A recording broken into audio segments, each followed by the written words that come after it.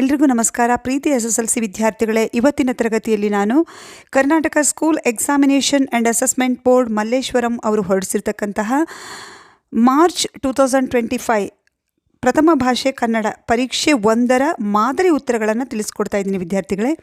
ಈಗಾಗಲೇ ಒಮ್ಮೆ exam day ನಾನು ನಿಮಗೆ ಆನ್ಸರನ್ನು ತಿಳಿಸಿದ್ದೀನಿ, ಅದರ ವಿಡಿಯೋವನ್ನು ಕೂಡ ಹಾಕಿದ್ದೀನಿ.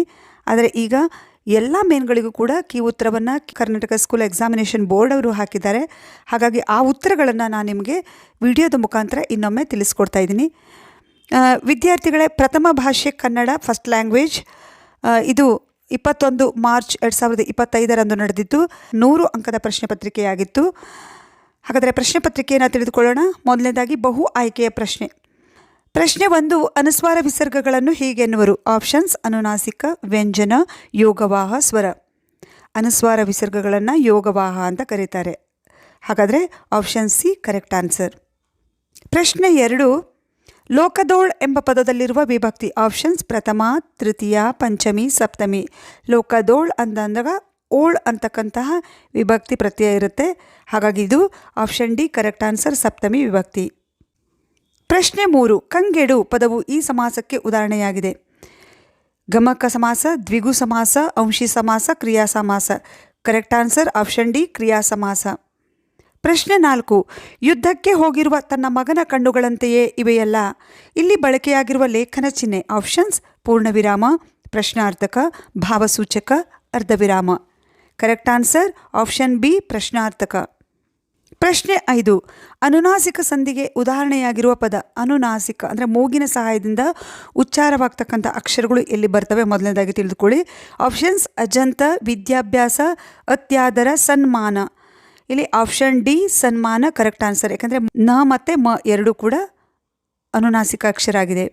ಪ್ರಶ್ನೆ 6, ಜಾಣತನ ಎಂಬುದು ಈ ವ್ಯಾಕರಣಾಂಶವಾಗಿದೆ. ಆಪ್ಷನ್ಸ್: ತದ್ದಿತಾಂತ ಭಾವನಾಮ, ತದ್ದಿತಾಂತ ನಾಮ, ತದ್ದಿತಾಂತ ಅವ್ಯಯ, ಕೃದಂತ ಭಾವನಾಮ. Correct answer ತದ್ದಿತಾಂತ ಭಾವನಾಮ. ಮುಂದಿನ ಪ್ರಶ್ನೆ, ಸಂಬಂಧಿ ಪದ ಬರೆಯುವುದು. ಇಲ್ಲಿ ಪ್ರಶ್ನೆ 4 ಇರುತ್ತೆ, ಪ್ರಶ್ನೆಯೊಂದಕ್ಕೆ 1 ಅಂಕ. ಪ್ರಶ್ನೆ 7, ದೃಷ್ಟಿ, ದಿಟ್ಟಿ, ತಪಸ್ವಿ, ತವಸಿ. ಇದು ತತ್ಸಮ ತದ್ಭವಕ್ಕೆ ಸಂಬಂಧಿಸಿರ್ತಕ್ಕಂತಹ ಪ್ರಶ್ನೆ.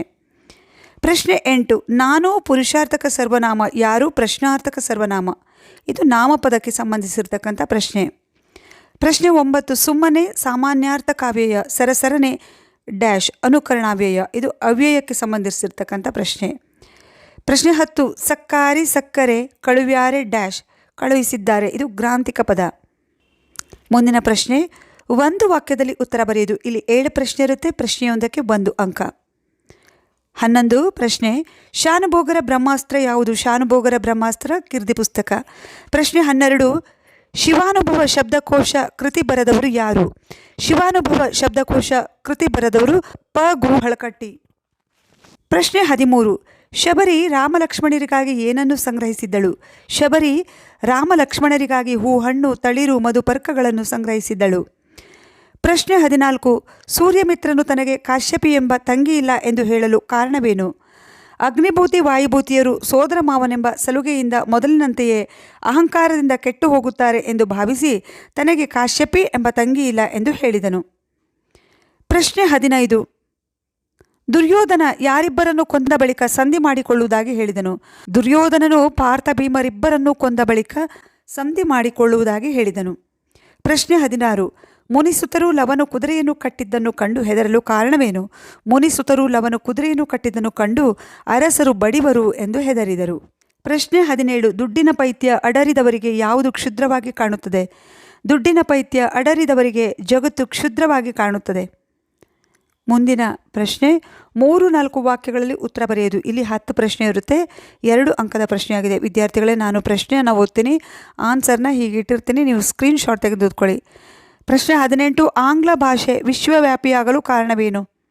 ಸಾಮಾನ್ಯವಾಗಿ ಇದ್ರ ನೋಟ್ಸ್ಗಳನ್ನೆಲ್ಲ ನಿಮ್ಮ ಟೀಚರ್ಸ್ ಬರೆಸಿರ್ತಾರೆ, ಆದರೆ ಯಾರ ಹತ್ರ ನೋಟ್ಸ್ ಇಲ್ಲ ಅಂಥವ್ರು ಏನು ಮಾಡಿ ಸ್ಕ್ರೀನ್ಶಾಟ್ ತೆಗೆದು ಓದ್ಕೊಳ್ಳಿ. ಪ್ರಶ್ನೆ 19, ಶಾನುಭೋಗರಿಗೆ ಮದಲಿಂಗನ ಕಡಿಮೆಯಲ್ಲಿ ಬರುವಾಗ ಮನದಲ್ಲಿ ಮೂಡಿದ ಯೋಚನೆಗಳು ಯಾವುವು.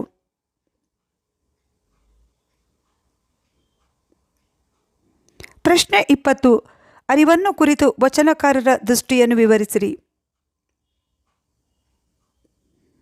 ಪ್ರಶ್ನೆ 21. ಶಬರಿಯು ರಾಮಲಕ್ಷ್ಮಣರನ್ನು ಉಪಚರಿಸಿದ ರೀತಿಯನ್ನು ವಿವರಿಸಿರಿ. ಪ್ರಶ್ನೆ 22. ದ ರಾ ಬೇಂದ್ರೆಯವರು ಹಕ್ಕಿಯ ಹಾರಾಟವನ್ನು ಆಕಾಶಕ್ಕೆ ಹೇಗೆ ಹೋಲಿಸಿದ್ದಾರೆ?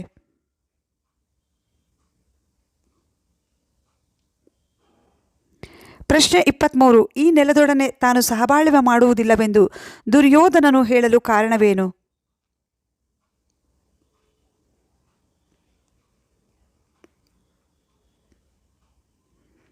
ಪ್ರಶ್ನೆ 24. ಕವಯಿತ್ರಿ ಡಾಕ್ಟರ್ ವಿಜಯಶ್ರೀ ಸಬರದ್ ಅವರು ಒಡೆಯನ ಮನೆ ಅಂಗಳದ ಪ್ರಕೃತಿಯ ಸಂಭ್ರಮವನ್ನು ಹೇಗೆ ವರ್ಣಿಸಿದ್ದಾರೆ?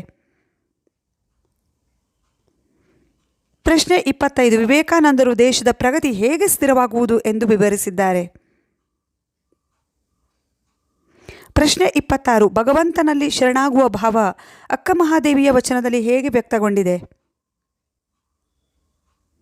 ಪ್ರಶ್ನೆ 27. ಪ್ರಾಸ ತೊರೆದು ಬರೆಯಲು ನಿಶ್ಚಯಿಸಿದ ಸಂದರ್ಭವನ್ನು ವಿವರಿಸಿ.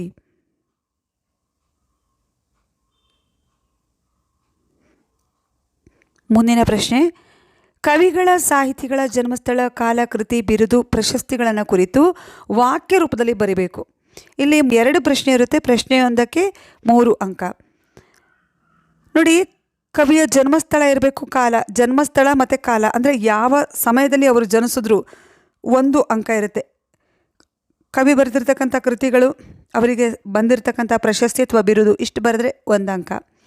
ವಾಕ್ಯ ರೂಪದಲ್ಲಿ ಬರೆಯೋದು ಭಾಷಾ ಶೈಲಿಗೆ ಅಂದರೆ ತಪ್ಪಿಲ್ಲದಂತೆ ಆ ಬರೀತಕ್ಕಂಥ ಬರವಣಿಗೆಗೆ 1 ಅಂಕ ಇರುತ್ತೆ. ವಿದ್ಯಾರ್ಥಿಗಳಲ್ಲಿ ಕೃತಿ ಮತ್ತು ಬಿರುದು ಪ್ರಶಸ್ತಿ ಏನಿರುತ್ತೆ ಆದಷ್ಟು ಅಟ್ಲೀಸ್ಟ್ ಒಂದು ಎಷ್ಟಿದೆಯೋ ನೋಡಿಕೊಂಡು ಒಂದು 3/4% ಆದರೂ ಬರೆದಿರಬೇಕು. ಮೊದಲನೇದಾಗಿ ಪ್ರಶ್ನೆ 28ರಲ್ಲಿ ಎಂ ಮರಿಯಪ್ಪ ಭಟ್ಟ ಅವ್ರ ಬಗ್ಗೆ ಇದೆ. ಹಾಗೆ 21 ಕುಮಾರವ್ಯಾಸ. ಯಾವಾಗಲೂ ಕವಿಕೃತಿ ಪರಿಚಯ ಒಂದು ಗದ್ಯದ ಕಡೆಯಿಂದ ಒಂದು ಪದ್ಯದ ಕಡೆಯಿಂದ ಇರುತ್ತೆ. ಮುಂದಿನ ಪ್ರಶ್ನೆ. ಪ್ರಸ್ತಾರ ಹಾಕಿ ಗಣ ವಿಭಾಗಿಸಿ ಛಂದಸ್ಸನ್ನು ಹೆಸರಿಸೋದು. ಈಗಾಗಲೇ ನಾನು ಕ್ವೆಶ್ಚನ್ ಪೇಪರಲ್ಲಿ ಹಾಕಿದ್ದೀನಿ. ವಿದ್ಯಾರ್ಥಿಗಳೇ ಇದನ್ನು ನೋಡ್ಕೊಳ್ಳಿ, ಈ ಪ್ರಶ್ನೆಗೆ ಉತ್ತರವನ್ನು. ಇವರು ಕೂಡ ಹಾಕಿದ್ದಾರೆ. ತಳಬೆಳಗಾಗಿ ಕಟ್ಟಿಸದೆ ಮಾಂದೊಡೆ ಕೆಮ್ಮನೆ ಮೀಸೆ ಒತ್ತನೆ. ಚಂಪಕಮಾಲ ವೃತ್ತಾಗಿದೆ, ಆದರೆ ಇಷ್ಟೇ ಬರೆದ್ರೆ ಸಾಕಾಗಲ್ಲ. ಸ್ವಲ್ಪ ನೀವೇನು ಮಾಡಬೇಕು, ನನ್ನ ಹಳೆ ವಿಡಿಯೋವನ್ನು ತೆಗೆದು ನೋಡಿ, ಅದನ್ನು ಡಿಸ್ಕ್ರಿಪ್ಷನ್ ಬಾಕ್ಸಲ್ಲಿ ಲಿಂಕ್ ಹಾಕಿರ್ತೀನಿ, ಚೆಕ್ ಮಾಡ್ಕೊಳ್ಳಿ. ನಾನೇ ಕೈಯಲ್ಲೇ ಬರೆದು ಹಾಕಿದ್ದೀನಿ. ಪ್ರಶ್ನೆ. ಅಲಂಕಾರವನ್ನು ಹೆಸರಿಸಿ ಲಕ್ಷಣ ಬರೆದು ಸಮನ್ವಯ ಮಾಡೋದು. ಅಲಂಕಾರ ಅಂತ ಬರೆದು ಅದ್ರ ಮುಂದೆ ಅಲಂಕಾರದ ಹೆಸರು ಬರೆದ್ರು 1 ಅಂಕ. ಪ್ರತಿ ಅಲಂಕಾರಕ್ಕೂ ಲಕ್ಷಣ ಇರುತ್ತೆ, ಲಕ್ಷಣವನ್ನು ಬಾಯ್ಪಾಟ್ ಮಾಡಬೇಕಾಗುತ್ತೆ ವಿದ್ಯಾರ್ಥಿಗಳು. ಲಕ್ಷಣಕ್ಕೆ 1 ಅಂಕ. ಅಂಶಗಳನ್ನು ಗುರುತಿಸಿ ಸಮನ್ವಯಿಸೋದು ಅಂದರೆ ಉಪಮೇಯ ಯಾವುದು, ಉಪಮಾನ, ಉಪಮಾವಾಚಕ, ಸಮಾನ ಧರ್ಮ ಇವೆಲ್ಲ ಏನಿರುತ್ತೆ ಇವೆಲ್ಲವನ್ನು ಮಿಕ್ಸ್ ಮಾಡಿ ಬರೆಯೋದಕ್ಕೆ ಸಮನ್ವಯ ಅಂತ ಕರೀತಾರೆ. ಪ್ರಶ್ನೆ 31. ಮಾರಿ ಗೌತಣವಾಯಿತು ನಾಳಿನ ಭಾರತವು. ಇದನ್ನು ಸಾಕಷ್ಟು ತಾರೆ ತಿಳಿಸಿದ್ದೀನಿ ವಿದ್ಯಾರ್ಥಿಗಳೇ, ಇಲ್ಲೂ ಕೂಡ ಕೊಟ್ಟಿದ್ದಾರೆ, ನೋಡ್ಕೊಳ್ಳಿ. ಮುಂದಿನ ಪ್ರಶ್ನೆ. ಗಾದೆಯನ್ನು ವಿಸ್ತರಿಸಿ ಬರೆಯೋದು. ಗಾದೆಯ ಮಹತ್ವದ ವಿವರಣೆ, ಅರ್ಥ ವಿವರಣೆ, ಭಾಷಾ ಶೈಲಿಗೆ, ಪದಬಂಧಗಳಿಗೆ 1 ಅಂಕ. ಗಾದೆ ಮಾತು ಎಲ್ಲ ಸಾಮಾನ್ಯ ಸಾಕಷ್ಟು ಗಾದೆ ಮಾತುಗಳನ್ನು ಹಾಕಿದ್ದೀನಿ. ಅದರಲ್ಲಿ ಈ ಪ್ರಶ್ನೆ 32ರಲ್ಲಿ ಬಂದಿರತಕ್ಕಂತಹ ಆಳಾಗಬಲ್ಲವನು ಅರಸಾಗಬಲ್ಲನು ಒಗ್ಗಟ್ಟಿನಲ್ಲಿ ಬಲವಿದೆ. ನೀವು ದಯಮಾಡಿ ನನ್ನ ಚಾನಲ್ನ ಸಬ್ಸ್ಕ್ರೈಬ್ ಮಾಡಿಕೊಂಡ್ರೆ ನಿಮಗೆ ಈ ಎಲ್ಲ ವಿಡಿಯೋಗಳು ಸಿಗ್ತವೆ. ಮುಂದಿನ ಪ್ರಶ್ನೆ. ಸಂದರ್ಭವನ್ನು ಸ್ವಾರಸ್ಯದೊಂದಿಗೆ ಬರೆಯುವುದು. ಇದು 3 ಅಂಕದ ಪ್ರಶ್ನೆ ಇರುತ್ತೆ. ಪ್ರಶ್ನೆ 33. ಶಿಕ್ಷಣಕ್ಕಾಗಿ ಶಿಕ್ಷಣವಿರಬೇಕು. ಇದು ವಾಕ್ಯವನ್ನು DS ಜಯಪ್ಪ ಗೌಡ ಅವರು ರಚಿಸಿರುವ ದಿವಾನ್ ಸರ್ ಎಂ ವಿಶ್ವೇಶ್ವರಯ್ಯನವರ ಕಾರ್ಯ ಸಾಧನೆಗಳು ಅಂತಕ್ಕಂಥ ಕೃತಿಯಿಂದ ಆಯ್ದ ಭಾಗ್ಯಶಿಲ್ಪಿಗಳು ಎಂಬ ಗದ್ಯಪಾಠದಿಂದ ಆರಿಸಿಕೊಳ್ಳಲಾಗಿದೆ. ವಿದ್ಯಾರ್ಥಿಗಳೇ ಇದನ್ನು ಸ್ಕ್ರೀನ್ಶಾಟ್ ತೆಗೆದು ಓದ್ಕೊಳ್ಳಿ, ಆನ್ಸರ್ ಲೆಂದಿ ಇದೆ. ಮುಂದಿನ ಪ್ರಶ್ನೆ 34. ಪ್ರವಾಸವು ಶಿಕ್ಷಣದ ಒಂದು ಭಾಗವಾಗಿದೆ. ಈ ವಾಕ್ಯವನ್ನು ವಿಕ್ರ ಗೋಕಾಕ್ರವರು ರಚಿಸಿರುವ ಸಮುದ್ರದಾಚೆಯಿಂದ ಎಂಬ ಪ್ರವಾಸರ ಕಥನದಿಂದ ಆಯ್ದ ಲಂಡನ್ ನಗರ ಅಂತಕ್ಕಂಥ ಗದ್ಯಪಾಠದಿಂದ ಆರಿಸಿಕೊಳ್ಳಲಾಗಿದೆ. ಮುಂದಿನ ಪ್ರಶ್ನೆ 35. ವಿದ್ಯಾರ್ಥಿಗಳಾಗಿ ಯೋಧಂ ಕಲ್ವೆ ಮೆಂಬಳ್ತಿಯೋಳ್ ಬಂದಿರಪ್ಪೊಡೆ. ಪ್ರಸ್ತುತ ಈ ವಾಕ್ಯವನ್ನು ಶಿವಕೋಟಾಚಾರ್ಯರು ರಚಿಸಿರ್ತಕ್ಕಂಥ ಒಡ್ಡಾರಾತರೆ ಕೃತಿಯಿಂದ ಆಯ್ದ ಅಗ್ನಿಭೂತಿ ವಾಯುಭೂತಿಯರ ಕಥೆ ಎಂಬ ಗದ್ಯ ಭಾಗದಿಂದ ಆರಿಸಿಕೊಳ್ಳಲಾಗಿದೆ.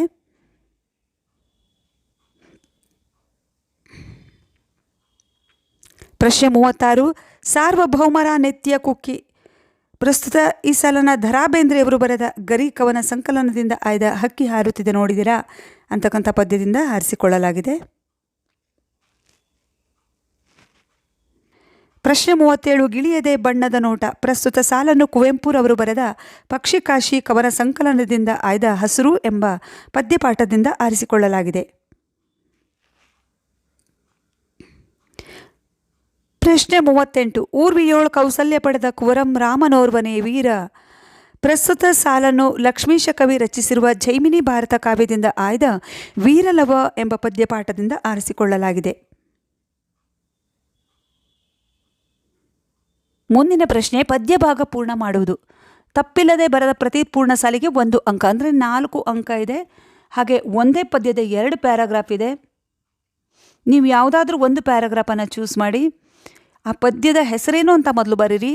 ಹಾಗೆ ಪದ್ಯದ ಸಾಲುಗಳನ್ನು ಬರೀರಿ, 4 ಸಾಲು ಏನಿದೆ ಅದನ್ನು ಬರೀರಿ. ನಂತರ ಪದ್ಯ ಬರೆದಿರ್ತಕ್ಕಂಥ ಕವಿ ಯಾರು ಅವರನ್ನ ಬರೆದ್ರೆ ಸಂಪೂರ್ಣವಾಗಿ ನಿಮಗೆ 4 ಅಂಕ ಸಿಗುತ್ತೆ.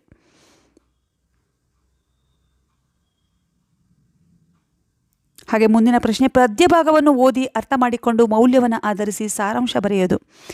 ಇಲ್ಲಿ ಹಲಗಲಿ ಬೇಡರು ಅಂತಕ್ಕಂಥ ಒಂದು ಪದ್ಯದ ಒಂದು ಪ್ಯಾರಾಗ್ರಾಫನ್ನು ಕೊಟ್ಟಿದ್ದಾರೆ ನೋಡಿ. ಜಡಗ ಹೇಳುತ್ತಾನೋ ಹೊಡೆಯಿರಿ ಇವರ ಪೂರಘಾತುಕಾರ ಈ ಪ್ಯಾರಾಗ್ರಾಫನ್ನು ಕೊಟ್ಟಿದ್ದಾರೆ. ಅದಕ್ಕೆ ಈ ಪದ್ಯದ ಸಂಪೂರ್ಣ ಸಾರಾಂಶವನ್ನು ಕೊಟ್ಟಿದ್ದಾರೆ, ನೋಡ್ಕೊಳ್ಳಿ ವಿದ್ಯಾರ್ಥಿಗಳೇ.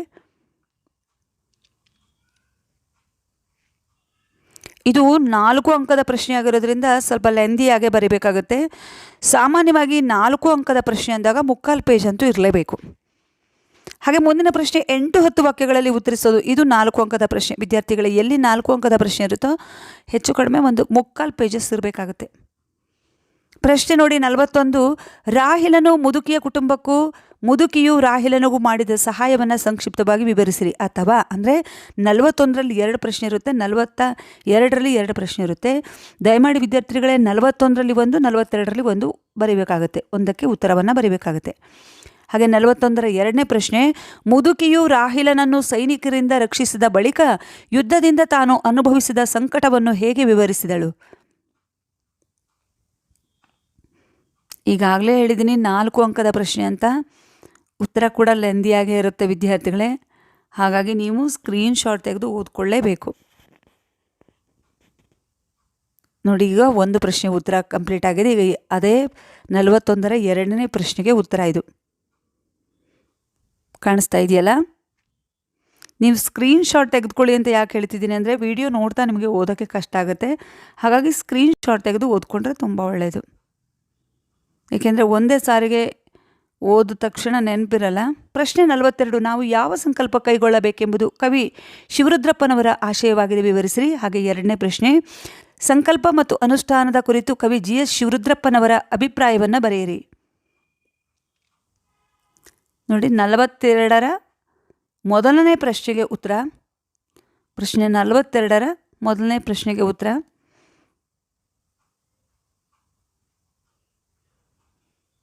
ಹಾಗೆ ಇದು ಪ್ರಶ್ನೆ 42ರ 2ನೇ ಪ್ರಶ್ನೆಗೆ ಉತ್ತರವಾಗಿದೆ ವಿದ್ಯಾರ್ಥಿಗಳೇ.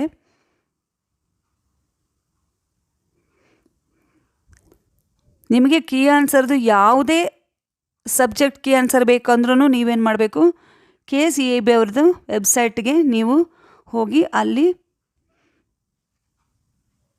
ಕ್ವೆಶ್ಚನ್ ಪೇಪರ್ ಎಲ್ಲಿದೆ ಅನ್ನೋದನ್ನು ಹುಡುಕಿ, ಕೀ ಆನ್ಸರ್ದು ಕೊಟ್ಟಿದ್ದಾರೆ, ಅಲ್ಲಿ ಹುಡುಕಿ ನೀವು ತೆಗಿಬೇಕಾಗುತ್ತೆ. ಹಾಗೆ ಮುಂದಿನ ಪ್ರಶ್ನೆ ಗದ್ಯ ಭಾಗವನ್ನು ಓದಿಕೊಂಡು ಪ್ರಶ್ನೆಗಳಿಗೆ ಉತ್ತರಿಸೋದು. ಇಲ್ಲಿ ಒಂದು ಪ್ಯಾಸೇಜನ್ನು ಕೊಟ್ಟಿದ್ದಾರೆ. ಹಾಗೆ 2 ಅಂಕದ 2 ಪ್ರಶ್ನೆಯನ್ನು ಕೊಟ್ಟಿದ್ದಾರೆ ವಿದ್ಯಾರ್ಥಿಗಳೇ. 4 ಅಂಕ ಇದೆ. ನೀವು ಮಾಡಬೇಕಾಗಿರೋದಿಷ್ಟೇ, ಮೊದಲು ಗದ್ಯ ಭಾಗವನ್ನು ಓದ್ಕೊಳ್ಳಿ, ಆಮೇಲೆ ಪ್ರಶ್ನೆಗಳಿಗೆ ಉತ್ತರ ಎಲ್ಲಿದೆ ಅನ್ನೋದನ್ನು ಹುಡುಕಿ. ಆಗ ಎಕ್ಸಾಮಲ್ಲಿ ಏನಾಗುತ್ತೆ, ನಿಮಗೆ ಟೈಮ್ ಸೇವ್ ಆಗುತ್ತೆ.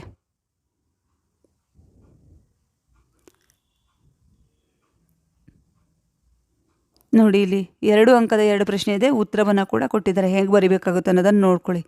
2 ಅಂಕ ಅಂದಾಗ 3-4 ವಾಕ್ಯ ಇರಲೇಬೇಕಾಗುತ್ತೆ ಕಡಿಮೆ ಅಂದ್ರೂ. ಹಾಗೆ ಮುಂದಿನ ಪ್ರಶ್ನೆ ಪತ್ರಲೇಖನ ಬರೆಯೋದು. ನಿಮ್ಮನ್ನು ಮಧುಗಿರಿ ಸರ್ಕಾರಿ ಪ್ರೌಢಶಾಲೆಯ ವೆಂಕಟೇಶ್ ಎಂದು ಭಾವಿಸಿಕೊಂಡು ಶಾಲೆಗೆ ಕುಡಿಯುವ ನೀರಿನ ಸೌಲಭ್ಯ ಒದಗಿಸಿಕೊಡುವಂತೆ ಕೋರಿ ಜಿಲ್ಲಾ ಪಂಚಾಯತ್ ಅಧ್ಯಕ್ಷರಿಗೆ ಪತ್ರವನ್ನು ಬರೆಯಿರಿ. ಇದು 5 ಅಂಕದ ಪ್ರಶ್ನೆ. ಈಗಾಗಲೇ ಪತ್ರಲೇಖನದ ಬಗ್ಗೆ ಇದೇ ಪ್ರಶ್ನೆಗಳ ಬಗ್ಗೆ ಡೀಟೇಲ್ ಆಗಿ ತಿಳಿಸಿದ್ದೀನಿ ಹಿಂದಿನ ವಿಡಿಯೋದಲ್ಲಿ.